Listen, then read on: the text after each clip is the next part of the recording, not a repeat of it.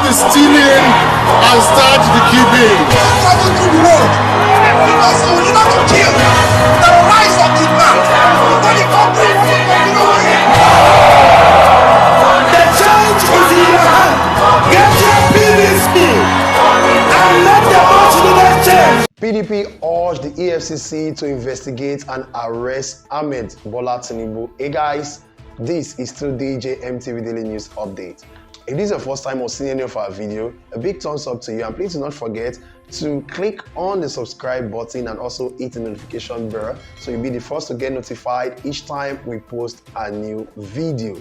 Ahead of the 2023 presidential elections scheduled to hold on February 25th, the PDP Presidential Campaign Council has called for the arrest of the presidential candidate of the All Progressive Congress, Ahmed Bola Tinubu, over drug-related issues and also money laundering. The People's Democratic Party also called the attention of the President, Muhammadu Buhari, to protect the sovereignty of Nigeria and also the integrity left of the Nigeria military as the Commander-in-Chief, by calling for a meeting of the National Security Council over the establishment of the Palo Army called the Jagaban Army that have been set up by Tinubu, which the PPC of the People's Democratic Party said was set up to cause confusion and also disrupt the 2023 election and derail the democratic process, while calling for Tinubu's arrest and a media briefing in Abuja.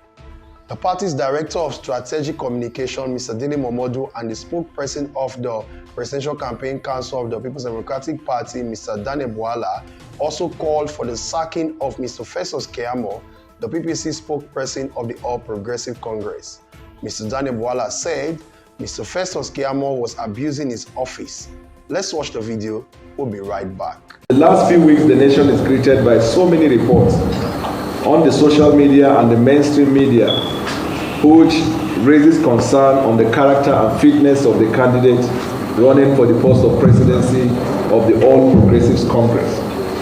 You will recall that some years ago, the former managing director of Alpha Beta lodged a petition at the EFCC against the former governor of Lagos State and now a presidential candidate of APC, Asiwaju Ahmed Bola Tinubu. The petition involves massive corruption and misappropriation of funds belonging to the government of Lagos State, abuse of official office, conflict of interest. The petition, as you will all know, is with EFCC, and presumably after some years now, there is every assumption that the EFCC ought to have concluded the investigation on that case. And that's why we're calling on this meeting to request that the EFCC should address Nigeria on the outcome of that investigation. You would also recall that most recently, information circulated in the media space about a drug conviction on the Asiwaju Bola Ahmed Tinubu by a court in Chicago, Illinois, in the United States of America, which led to him forfeiting over $400,000, like a conviction, and then he paid for the sentence on that conviction. We also know that today in Nigeria, opioid and most of this drug-related addiction has or is creating a national security threat to Nigeria. NDLEA is an example, and you saw also most recently NDLEA intercepted large volumes of cocaine. Till date, we know that they arraigned 1 or 2 persons, but they have not been able to address Nigeria on their investigation on that. How many people are involved, who is linked to it, and on this occasion we are calling on the NDLEA to address Nigeria as to the outcome of their investigation about the intercepted drug. You know also, because we raised that recently, that the candidate of All Progressives Congress, Asiwaju Bola Ahmed Tinubu, and his people created a militia. This is the first time in the history of Nigeria we're seeing a political party creating a militant arm leading to election.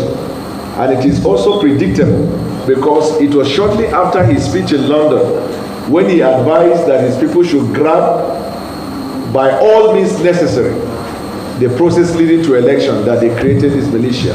Shortly after that, we have seen violence in Nigeria, in different states, in different rallies, even in homes and in the streets. And we are calling on the law enforcement, especially the security and intelligence platforms of this country, to look into that, investigate, and if necessary, arrest anybody that is involved in the creation of a militia. We are also calling on the international community. We already know that a number of election observers international are in the country, the international community and the federal government, to look into this, because this is a threat to the peaceful conduct of election. You would also notice, gentlemen of the press, that recently a serving minister of APC has written a letter to the agencies of government. And these agencies of government, if you look at our constitution, are members of the executive branch of government. In other words, he wrote a letter to members of the same branch to which he belonged, and demanded that within 72 hours, they should prosecute a candidate running for presidency in Nigeria, Alhaji Atiku Abubakar. In the press conference, they bragged about their powers and control of the law enforcement. In fact, he, while serving as a cabinet member and campaign spokesman, remember, as a cabinet member is being paid by the taxpayers' money, is using the official privilege and the powers conferred on that office to intimidate agencies of government, including going to court and filing a case against the agent of the same branch of government to which he belongs. And this is happening at a time when the president told the world that he's going to deliver a legacy of free and fair election. In fact, recently, he was reported to have ordered that cabinet members should focus on governance, so that those who are in politics should focus on politics. So now it's raising concern. People are beginning to wonder whether it is the president who is, by proxy, using this cabinet member to infiltrate or influence or intimidate the agency of government. And I think that we are calling on the president to immediately sack the minister, because we believe that he's committed to deliver for abusing the office that he has, because that office is being paid for by taxpayers' money. This is the question, the big question Nigerians are asking. For a man who wants to be president of our country, he needs to be interviewed by Nigerians. He wants to be president of Nigeria, yet he does not want to subject himself to an interview. Nigerians will not accept that. Tinubu does not enjoy immunity. He hereby call on the EFCC, the NDLA, the Nigerian Police, the Office of the Attorney General of the Federation, and the Department of State Services to arrest and prosecute him.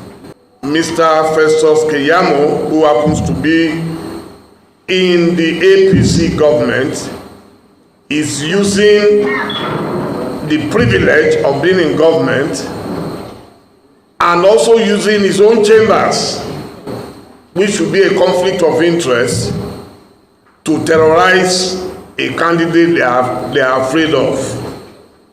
So they are trying to distract our attention by saying this and that. So he says he has gone to court. Of course, we've told you that this is only part one of what we intend to do. Our advice all along to the Tinubu camp is that each time you allow or you let loose your attack dog on our candidate, we would respond in kind. So what we are doing today is very simple, that Mr. Keyamo cannot intimidate anybody. Welcome back. This is still DJM TV. Now from the PPC of the People's Democratic Party, the spokesperson Daniel Bwala has called for the arrest of Bola Ahmed Tinubu. According to them, it is over a drug-related issue and also money laundering, which they say that would cause a delay in the democratic process of the election in 2023. And this election is just in few days from now. And also they've called for the arrest of Mr. Festus Keyamo, who is also the Minister for State and Labor and Employment and the spokesperson of the Presidential Campaign Council of the All Progressive Congress. Now, what they are saying is simple. Why will Festus Keyamo, who is the Minister for State and Labor and Employment, be the spokesperson of the PPC of Ahmed Bola Tinubu in the forthcoming presidential election? What they also said is that Festus Keyamo has been using his office to intimidate government agency and also his chamber as a lawyer to also intimidate presidential candidates. We've witnessed one or two occasions where Festus Keyamo said that he was ready to go to jail even if the presidential candidate of the People's Democratic Party wins the election. He's ready to go to jail, but he has accused them that they are into money laundering in Nigeria. The question will not be, will the president do anything about this, or will the All Progressive Congress presidential candidate sack the spokesperson who really has been doing well in the APC presidential campaign so far, according to what the APC members are saying? Will they really want to sack Festus Keyamo, who has been speaking of Ahmed Bola Tinubu? Of course, Festus Keyamo has come online to say a lot of things about his principal, Ahmed Bola Tinubu. He has also said some degrading things about other presidential candidates, which of course, it is politics, and politics is about interest. So guys, what are your thoughts and comments? Do you see Festus Keyamo being sacked? Of course, does the constitution permit for a minister to also double as the spokesperson of an electionary process? Share your thoughts and comment with us in the comment section below.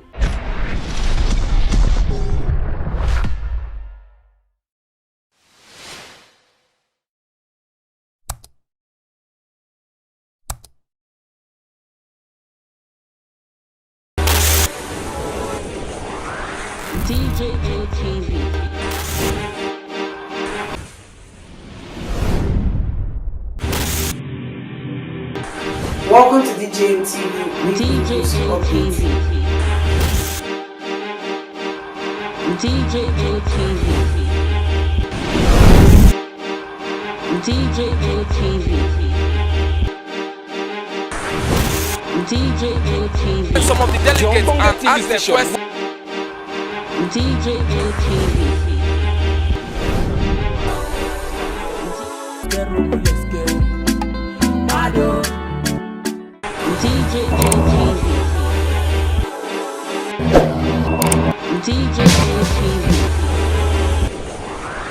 DJ